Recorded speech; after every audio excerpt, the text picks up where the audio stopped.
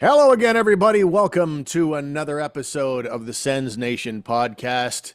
Spirits be high in the nation's capital. We are gunning for April here, and the Ottawa Senators have a 7-point lead. A 7-point cushion above the Eastern Conference playoff cut line. That after a very tight victory in Detroit the other night on Thursday, and not a great game against Buffalo before that, but they got the W. And nobody seems to be really stepping up behind them in the old rearview mirror in the Eastern Conference standings. Everything seems to be coming up Senators at the moment. It is Steve Warren along with the coach, Greg Kennedy. Greg, how are you? I'm good, Stephen. I'm preparing for Snowmageddon here this weekend, but we'll get through it.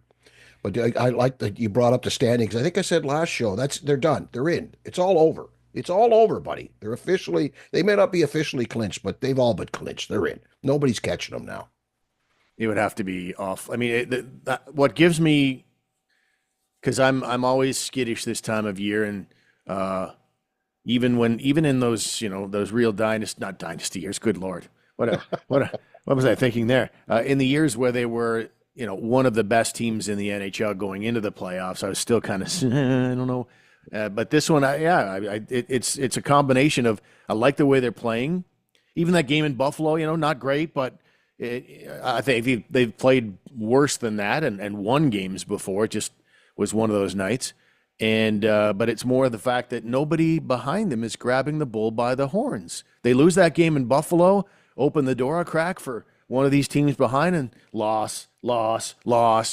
And so I just feel like, I don't know, is destiny a thing? If it is, it sort of feels like that's happening right now for the Sens to make the playoffs.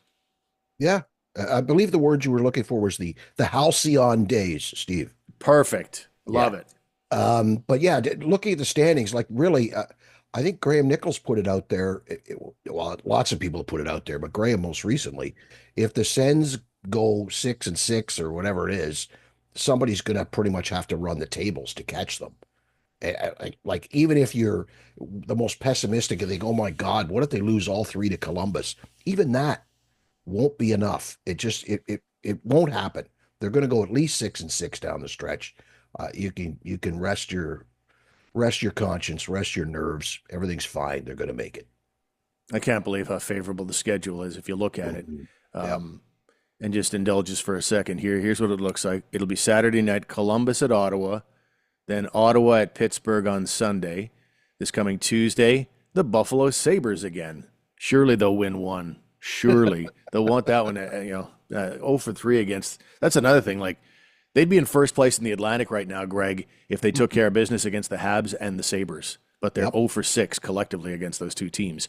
So moving on, it's the Sens hosting Tampa, so that'll be a tough one. Sens hosting the Panthers, that too will be a tough one. But then we go to the Columbus Blue Jackets, again, the Habs, the Flyers, the Hawks, and finally the Carolina Hurricanes. I feel like it'll be over by then. So, yeah, that is on top of everything else we just talked about. That's another angle of this thing, and that there's a lot of home games in there, and there are a lot of teams there that probably aren't going to the playoffs who provide the opposition. Yeah, we can thank the World Juniors because the Right. World Juniors, they had all those road games. So now you've got these home games left.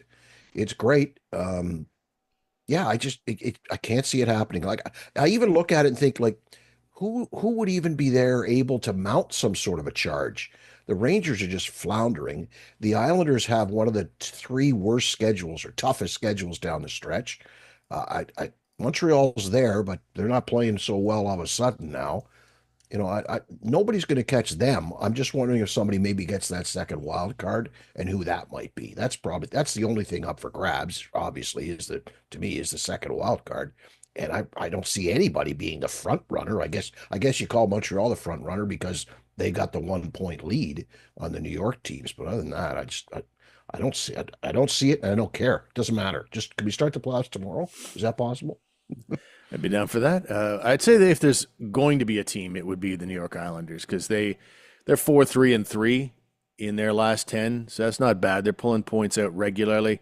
If anybody's going to grab that second wild card, that would be the team I have my money on right now.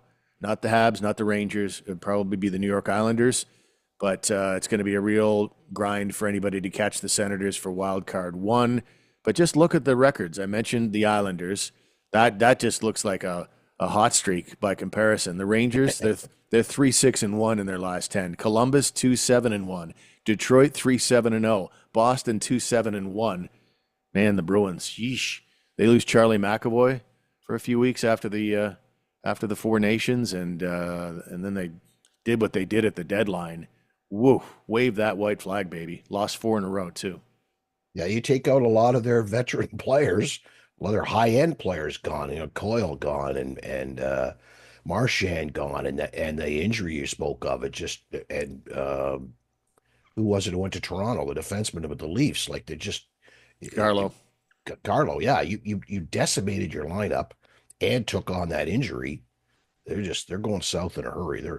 Oof, you wonder where they're going to end up. Are they going to they're going to be a lottery pick? How high is it going to be? That's the only question for them to be worried about now. Brad Marchand finally making his debut for the Florida Panthers against Utah this weekend. So, but back to the Sens. We are going to be joined by our third man in the second segment of the program. It is Drake Batherson, and Drake's got it going on like the rest of the team right now. He has 4 goals and 9 points in his last 8 games, and that Dylan Cozens trade has certainly agreed with Drake Batherson, hasn't it? Yeah, and we were all for wanting to see Zetterlund play there instead of Perron. Holy smokes, David Perron's on fire. I just think that the emergence of Perron basically getting back to his game. It took a while, but he's a veteran guy, smart, wily veteran. He knows where to be on the ice. He does a great job on both sides of the puck. He's been a godsend, I think, to help that line with Cozens, obviously, too. So the Drake's been on a little bit of a tear. That's nice to see it. And the contributions from Michael Amadio, my goodness, it's really turned this lineup around in the last couple of weeks. That when Brady's been a little bit off and Timmy Stutzel's been a little bit off, and to a certain extent, same with Claude Giroux, who's kind of been shuffled around a little. The emergence of some other players and production from other places. Really, the middle six is what's been carrying this team for a little while now. I was a big Zetterlund proponent, as you know, not necessarily like give him the keys to top 6 minutes, but just based on stats and what, I just want to have a look at him, see how he fares, and not just stick him right on the fourth line. But as time marches on, I've liked how Zetterlund plays, but at the same time, the 2 most obvious choices if you were going to move Zetterlund up, and I understand they already have done that, but it's David Perron or Michael Amadio that you'd probably most look at. And, you mentioned the 2 of them. You spent a little more time on Perron, but Amadio he's now got, and I think it was, again, Graham Nichols that pointed this out. If you go back to February 1st, and we all know in February there really wasn't a lot of NHL hockey in the month of February, Brady Tkachuk leads the team from February 1st to present day with 10 goals. Michael Amadio has 9. He's second right there. So he's providing some offense right now and his two-way play. And did you see him dogging Patrick Kane and picking his pocket not once but twice near the end of that game in the dying moments when they're down by a goal and they're trying to get back into it? Like, Amadio is a guy that's not only contributing offense, but he's a guy you want there in the key minutes when you're trying to protect a lead. That's invaluable. And so as much as I was rooting for Zetterlund to get some opportunities in the top 6, I'm in a mode of like, it's almost, it's a good problem to have, but it's an embarrassment of riches the way all 3 are playing right now. Exactly. And it speaks to Steve Staios and the plan with this organization after watching his team play last year, basically coming to the conclusion that judging the core guys, the high-end guys, he couldn't come up with a proper assessment until he gave them an opportunity to play on a more complete lineup, and made the decision to go out and find these types of players, the Michael Amadios, the since departed Noah Gregors, the now injured Nick Cozens, the David Perrons. These guys really rounded out Jensen on defense. It just solidified everything without having to go give up a lot and without having to find top 6 forwards or top pairing defensemen. He essentially rounded out and solidified the lineup and just made everything that much better so that the core can do their thing and still look good. And it's so much a more well-rounded team. For years you'd watch this team and they'd have to bring their best game just to have a chance to win, right? Most nights. Now they occasionally win a game without their best game, right? They get W's on nights when they're a little off. So it's been a complete turnaround, and I think it has a lot to do with the players that Steve Staios brought in here. All right, let's take a time out of the program. When we come back, we're going to be joined by Sens winger Drake Batherson, the Sens Nation third man in. We'll talk about everything going on with the Senators with Drake and everything going on with him. He's playing really well right now. And on the other side, we'll talk a little bit about John Tortorella, who's been replaced in Philadelphia as the head coach there by former Sens captain Brad Shaw, at least on an interim basis. So we'll get into that and much more after these words. With Celebright, enjoy effortless, customizable lighting for any event, holiday, or special moment. Our energy-efficient LEDs blend seamlessly into your home and are easily controlled through our app on your smartphone. No ladders, no hassle, just year-round brilliance. Celebright.ca.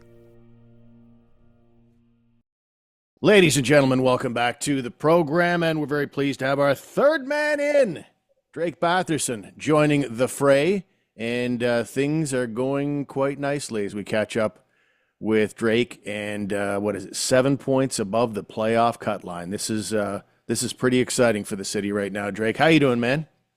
Yeah, doing good. Thanks for having me back on. And yeah, it's really exciting around Ottawa right now. And we just got to keep it going here till the end of the season and see what happens.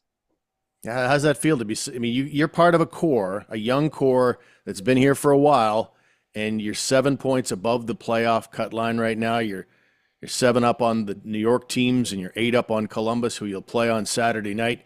Like, give us a feel for the vibe in the locker room right now.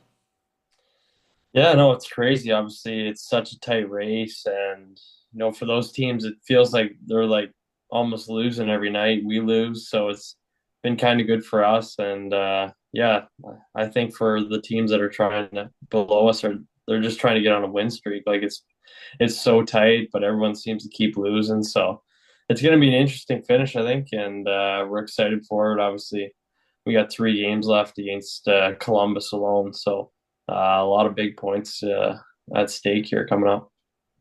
And what's the vibe been like in the city? Is it different or is it the same? I'm sure, I mean, you get recognized wherever you go, or most places you go, I assume. But have you noticed anything different in approaches from fans in the last little while? Yeah, for sure. I think the last 3 weeks to a month, a lot of people are excited just where we're at in the standings. Obviously, we haven't been here in 7 years now since I've been here, so really exciting times. It's cool to see everyone how excited they are. Obviously, we've never seen that, and we've only heard how awesome it is here in the playoffs. So hopefully we can keep it going and experience that firsthand. Such a tight victory on Thursday night in Detroit. You hold on for the victory. But within that game, you tried the Forsberg move, right? Yeah, I did. Is that the first time you've tried it in game action? I don't remember seeing it from you before. Yeah, I don't even think I've tried that move in junior. It was just kind of the way it worked out last night. I kind of came around that D and had a lot of speed, and I knew the goalie was going to try to come with me across, and if I could just stretch it out, and obviously just cut off the end of my stick there, but it would have been nice to see it go in for sure. And we have to talk about your new line mates, or one anyway, since your new roommate and line mate, I guess, right? It's been pretty impressive to watch. The two of you seem to have chemistry right off the bat, going back to your World Championship days. What's that been like for you to play with him, and your thoughts on the new line? Yeah, it's been cool. I mean, I've kind of said it the last few weeks, but the first day of the World Championships, I've never met him. We were kind of out for a few beers, dinner, and was sitting beside him, got to know him really well. And the rest of the tournament, we were kind of side by side for the next 3 weeks. So every time we'd play them, we'd kind of talk after the game, but never really text or anything. It was only at the rink, and then the trade happened, and had 4 texts from him right away. Picked him up that night at the airport, and he's been at my house ever since. And it's been awesome. I think we've been getting better as we've been playing more together, and I'm sure that'll continue. It's always a mixed blessing, isn't it? It's the first time we've had a chance to talk to you about it. You have an old World Junior buddy come onto the team, and he does well, but you also at the same time there's the old business part of it, right? You know, a friend and teammate for a long time. You guys were in Belleville together and lit it up down there. A thought on maybe Josh Norris and how tough it was to say farewell to him. Yeah, it was a wild day, just how it all went down. I thought we'd play out our contracts together for sure, just because we've been together for so long, since the Belleville days, like you said. He was there my second development camp ever, so pretty much since then we've been at the rink every day with each other. So it was definitely a little weird the first couple of days having him not here, and even the day of the trade, a bunch of us are over at his house helping him pack up, saying goodbye, and then 2 hours later, he's getting dropped off at the airport. I'm picking up Cozens at the airport, and we're playing the next day at 1. So it was a crazy 24 hours for sure. Boys miss him a ton, but obviously wish him the best of luck in Belleville, and we'll stay in contact for sure.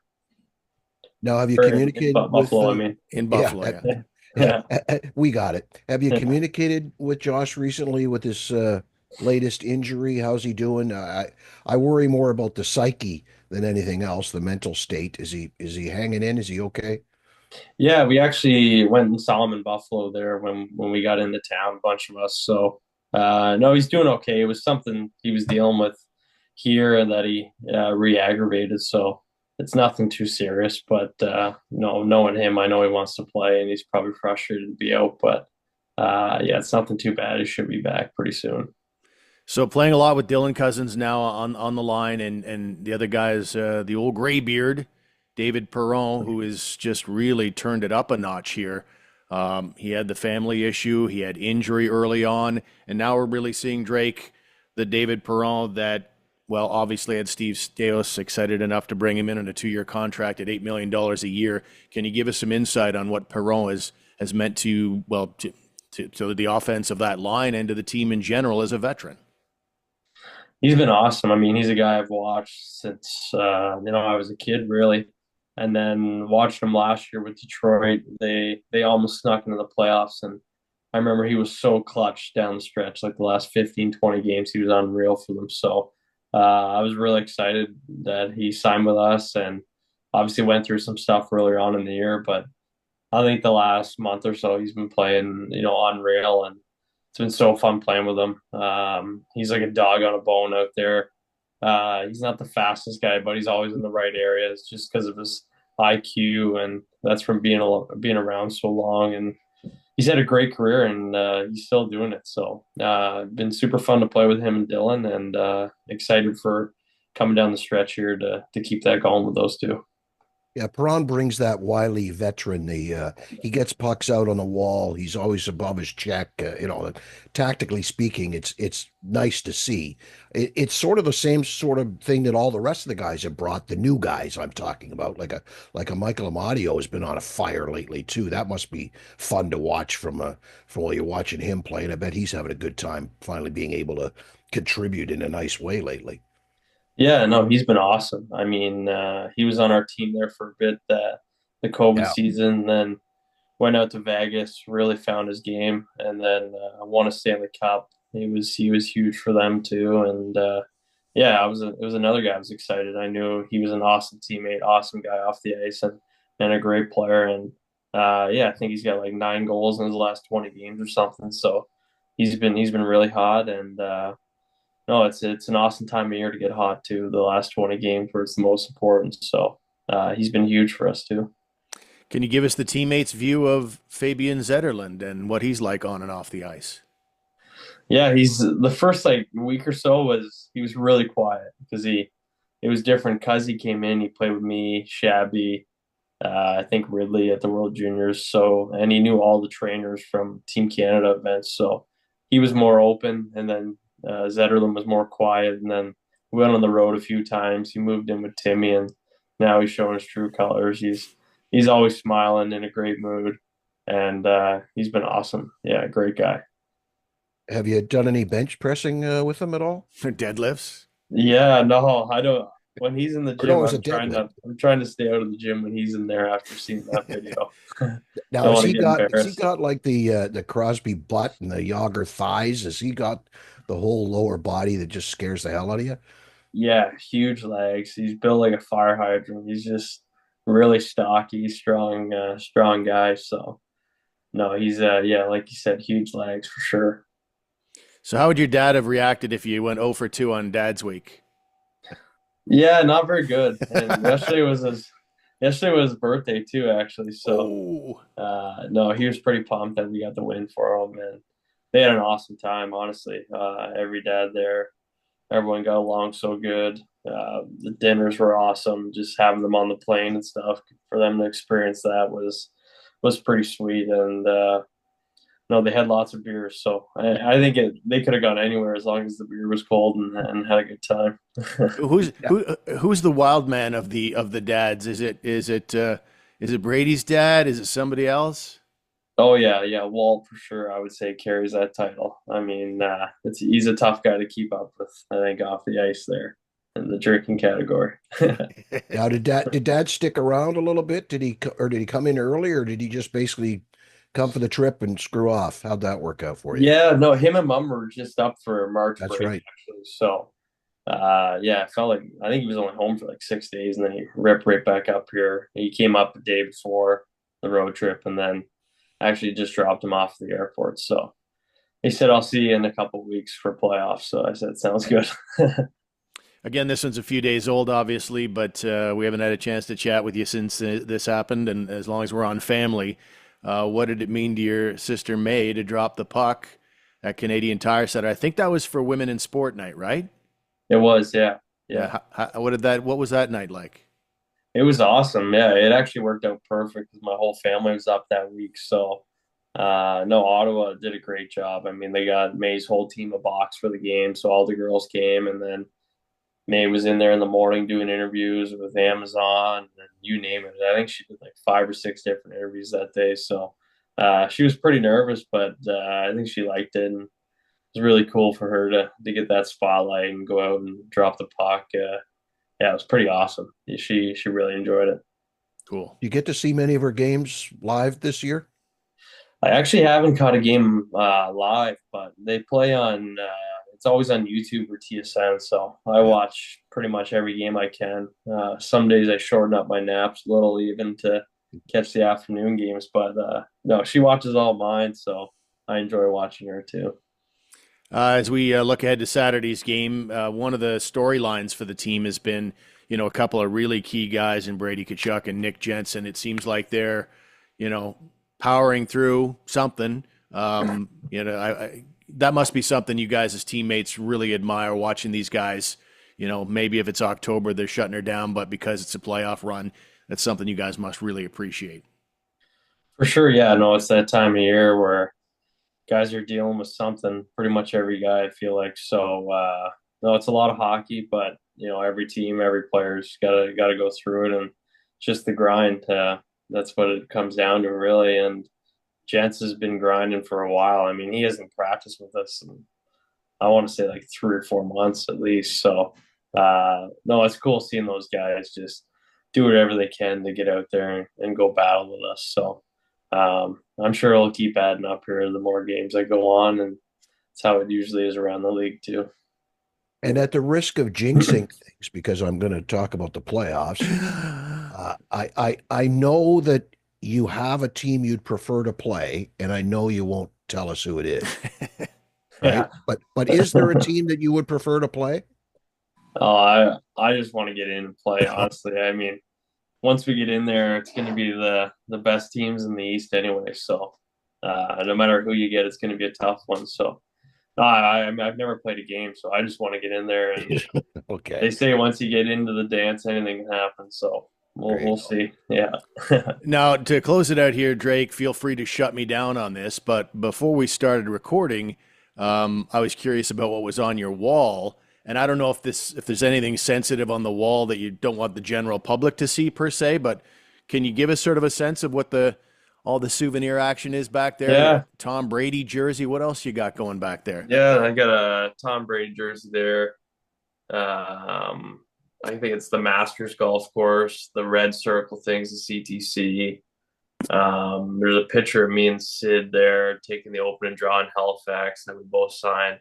Cool. And then hat trick one right up there at the top. So we got a few things around. It's like my office / gaming room. So no, I got keep all my suits in here. It's just a little spot to get away. Yeah. What is the game of choice right now? Call of Duty. It's always been Call of Duty for me. It's just a way for me and my buddies to put the headphones on and just chat really. So we play a couple times a week, and it's a good time to kill a couple hours. Good stuff. Well, that's it for me. What, you got anything else, Greg? No, I'm good. Just someday I'll pull the camera out and show you the carpet that's right behind me here. It's got to be 10 by 10, and it is the Masters. It's Augusta. Oh yeah, I have nice. two of them. I have one that's basically the scorecard picture, but I have another one that's like a helicopter picture. Oh, sick. Yeah, two of them. They're pretty cool. Yeah, Masters a couple weeks away too. Oh, baby. Yeah, Can't wait. Are you? I'm excited for it. Yeah, I was going to say, are you wall-to-wall Masters coverage as much as you can, or just a Sunday afternoon guy? Oh yeah, like every day. And then the Sunday I already scouted out. We play at 1:00, so we'll be able to catch most of the back nine, I think. So I'm pretty fired up about that. It starts on Monday with live from. You got to watch live from. Oh yeah, the park. Oh yeah, every day. Oh yeah, for sure. You can just get lost just staring at the course, not even the golf. It's unreal. Exactly. Yeah. Well, that's fantastic. Well, Drake, good luck tomorrow against the Columbus Blue Jackets Saturday night. First of 3 games. That's kind of a weird scenario to get so much Blue Jackets action at the end of the season, but it is what it is. But another big game for you guys, and good luck in trying to nail down the playoffs, and hopefully the postseason will be a tradition unlike any other, Greg. Hello, friends. Hello, friends. Thanks, Drake. Appreciate it, man. All right, awesome, guys. Thanks for having me on. Thanks, bud. See you guys. So there goes Drake Batherson, our third man in, joining us on the program. His appearance brought to you by Jim K. Ford. And before we wrap things up today, let us leave the final word to John Tortorella. I got a full montage of his greatest hits in dealing with the media. Tortorella was let go by the Philadelphia Flyers this week. Sounded like there was some, I don't know, maybe some hard feelings between he and the general manager, Daniel. I'm Briere. gapping on his name. Briere. What does it call him? Daniel Bertium. It's the Senators on the brain. The Bandit. Yeah, exactly. Daniel Briere. He spoke of John Tortorella's dismissal, and he sounded like there was some things beyond even the record that were part of this decision as well. But at the end of the day, you are what your record says you are, and the Flyers' record hasn't been very good under John Tortorella, so he is out. A thought on the firing? Well, you could tell if you've listened to any of his post-game media scrums in the last couple of weeks, particularly after the Toronto game, it's almost like he gave up. Like he made a comment about, I don't need to learn how to coach in this kind of situation, something along those lines. And it was just, he was having a tough time. But in his defense, they traded the heart and soul of their team. Like they made the deal with Calgary. You traded away Lawton. You want to talk about players being affected? Read some of Owen Tippett's comments. There was guys in that Flyer locker room that had a tough time after these guys were shipped out, and that team's been struggling pretty much ever since. And then there was the whole issue with York, the defenseman, that he got benched, and then he played like after the first 10 minutes, didn't play again against the Leafs, and then sat the whole game last night, dressed, didn't play a single shift. So apparently there was a flare-up between Tortorella and Cam York, it is, I believe. They had a flare-up after the game in Toronto, or maybe before that game, and just Torts is having a tough time emotionally, and so are the players in the last little while, and I think that's affected their performance on the ice. So I'll throw that out there as a little bit of a defense for John Tortorella. I like Tortorella as a hockey fan. You know, I think he's fun to talk about, and his antics are, and his dialogue. I like listening to his news conferences and things like that. But I also don't know that I'd, if I'm a 23-year-old man here in 2025, if I'd appreciate maybe, the way he coaches, the way his tactics, his communications. because he does seem to be a throwback on top of everything else. Just age-wise would put you there, but I think he's even more of he's an old school throwback beyond his years. You know, you hear him talking about when Trevor Zegras was trying in Michigan. This is when Tortorella was an analyst in between jobs, and he didn't like it. He didn't think it was good for the game, and that's really just that's not a be-all, end-all assessment of the age gap and the generation gap. But the bottom line is, I do think that, and he talked about it quite a bit in news conferences over the past couple of years about how things really, really changed with today's players. And so, you know, for a guy who's been coaching as long as he has, it's been a massive change from 30 years ago to today, hasn't it? Does he get another gig? Like, and the two questions: Does John Tortorella get another gig in the show at some point? And the second question is, who's the long-term replacement in Philly? You know, Rick Tocchet doesn't have a contract for next year. I could see Rick Tocchet returning to Philadelphia and loving every minute of it. But I don't know, to answer my own question. I don't know that I don't think John Tortorella gets another shot, and I'm putting my money on Rick Tocchet to replace him. How about you? Rick Tocchet to replace him. Wow. You think Tocchet's that close to the end in Vancouver? Wouldn't you want out? He doesn't have a contract. He can leave on his own terms. You want to be around that thing? I don't think they fix the problems out there. I think it's still a bit of a you-know-what show going on out there. That team is up, down, and just there are nights when I don't know how often you watch them play, but there are nights when it's like, what are you even doing on the ice? They don't seem to care. Like I can see him saying, I don't need to be here. I'm going to give you the record in terms of what happened at the end of the season for this coach, and you tell me what level of interest you have in him. Out of the playoffs, so it's 2014.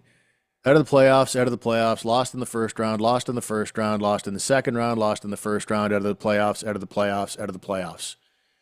That is the conclusion of John Tortorella's most recent seasons. So yeah. I'd be inclined to agree with you, because there's that part of you that, you know, the guy's like a lot of, I don't know, he has a lot of swagger as a coach, and you get a sense he's obviously a really smart man. But at some point you go, okay, if you're a GM and you're considering this guy, there's the volatility angle. You never know what he's going to say or do, but then you look at the results on top of that. I'd be inclined to agree with you. I think that's probably run its course now, and we shall see. Tocchet's an interesting name. Certainly a great flyer. I mean, that's what the Flyers are always looking for, right? They're like the Bruins. They want coaches, right? Yeah, they want that nostalgia factor. You know, they want the success of the past to somehow reemerge today. And why not bring back a guy who was a big part of those great Flyer teams? Not the Broad Street Bullies, but those Terry Murray teams that, you know, went deep into the playoffs and went to a Cup final one year. So that could be part of the equation. That's not a bad thought. The other thought I had on the coaching front, and this only applies, I think, you know, it's not a huge Sens story, but there's a slight Sens angle to it, in that Brad Berry, as we talked about in the last episode, got fired at North Dakota. And there's a guy that was at North Dakota for a very long time, and he's almost like a pseudo development coach as a result, because so many Sens players came through that particular school. And like I said, we talked about it in the last episode. But I got thinking about it in that when he was a player, he was with the Winnipeg Jets, Brad Berry we're talking about, and his teammate was Scott Arniel. And when in the 4 years when Brad Berry stepped away from North Dakota to be in the pros, to be an assistant there, he was in Manitoba for 2 years under Scott Arniel. And then the following 2 years, he was with the Columbus Blue Jackets under Scott Arniel. And now Scott Arniel is in Winnipeg, where they were teammates together, and Brad Berry is currently out of a job. I'm calling my shot that Brad Berry emerges in Winnipeg this fall, not necessarily replace anybody, but to add to the coaching staff there in some capacity. And Ottawa's own Marty Johnson's out of a job? Currently an assistant there, right? Like I say, I'm not saying anybody's going to necessarily be replaced. And maybe it's not a coaching role. Maybe it's something else. But I have a feeling that he'll reemerge, because he and Arniel have they're obviously there's that nepotism thing in the NHL. You may have noticed there, Greg. It's kind of there. It's kind of a thing. All right. We want to thank our great and. I thought you were going to play some torch stuff. Oh, yeah, right. Yeah, well, we'll close the show with that. We'll close the show with that. All right. All right. Thank you to our great guest, our third man in, Drake Batherson, for joining us on the program. Always in a great mood. The kid's, when you look at guys around the NHL, like he's been doing this with us for at least 4 or 5 years now, and he's getting more and more polished, I find. And of the three of us, right, he's the most relaxed on the thing. So I think he's got to be a great teammate in that room. Like he just seems so easygoing every single day. Yeah, I've said that before. He's the Julie McCoy in that dressing room. No question. And I was going to chirp him a little because he calls when he called Keith Tkachuk. He calls him Walt. Right. Everyone calls him Walt. It just makes me laugh every time I hear that. I'm wondering how many people under the age of 20 think that Brady Tkachuk's father is Walt Tkachuk and don't know that his real name's Keith. They just have no idea. It's Walt. That's his name. He's Big Walt. And that makes us feel old because we remember Walt Tkachuk, the actual player who has a Z in his surname, and that's why everybody called him Tkachuk, because at that stage, when Keith Tkachuk arrived in the NHL, Tkachuk was a well-established star player, maybe not star, but close to star player in the NHL for the New York Rangers, and that's why everybody went to Walt. It'd be like, I don't know, Dave Gretzky showing up in the NHL right now. Everybody would probably call him Wayne. Exactly. Yes, well said. All right, let's close it out with a little montage of John Tortorella's greatest hits. Greg, enjoy your weekend and stay safe and off the roads if possible. And we'll talk to you in our next episode. Yep. See you, buddy. Thanks. You ever fought before? Yeah. You have? Yeah. Why? Are you challenging me now? No, I'm not challenging you. Okay. Redden sticks up for his teammates the other night. Yeah. And you come out with some sarcastic article. It was funny. It was funny? Yeah. Well, you know what? You were probably beat up in the bus stop most of the time. I think so, huh? You ask me questions to try to box me into language. Yes, you do. It's logistics with you. You try to use my words, Brooksy. No, you try to use my words and box me into a corner all the time. Can I have another question? I went in here in a pretty good mood today, too, so, yeah. Well, Elvis up, didn't you? Johnny McLean? You should ask him. Are you answering no questions or what? I guess that's what I'm saying, Brooksy. You get that through your head? I guess so. Yeah. I mean, it's kind of a waste of time. Well, then get the out of here, then. I am. Okay, see ya. Really?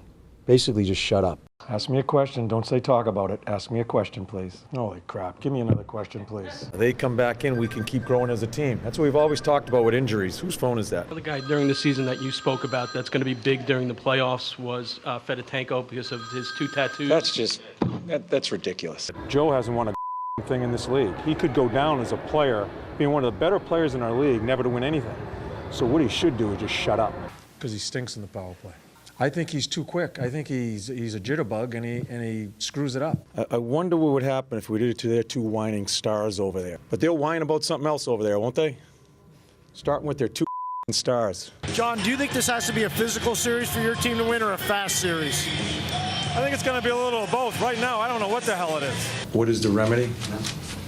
I don't know how you want me to answer that. Well, I mean, what do you think you need to do in order that this... Play harder. I wish I could give you a explanation about it. I can't. I thought it was probably one of the worst hockey games I've been involved in. I thought the game just sucked. I would have asked for my money back if I'm watching that thing. None of you don't put words in my mouth. Kiss my ass if you have. If you want to write something different. The responsibility falls on me. It's a big part of my job is to get your top players to play consistently, and I couldn't do that. Would you get me the hell out of here, please?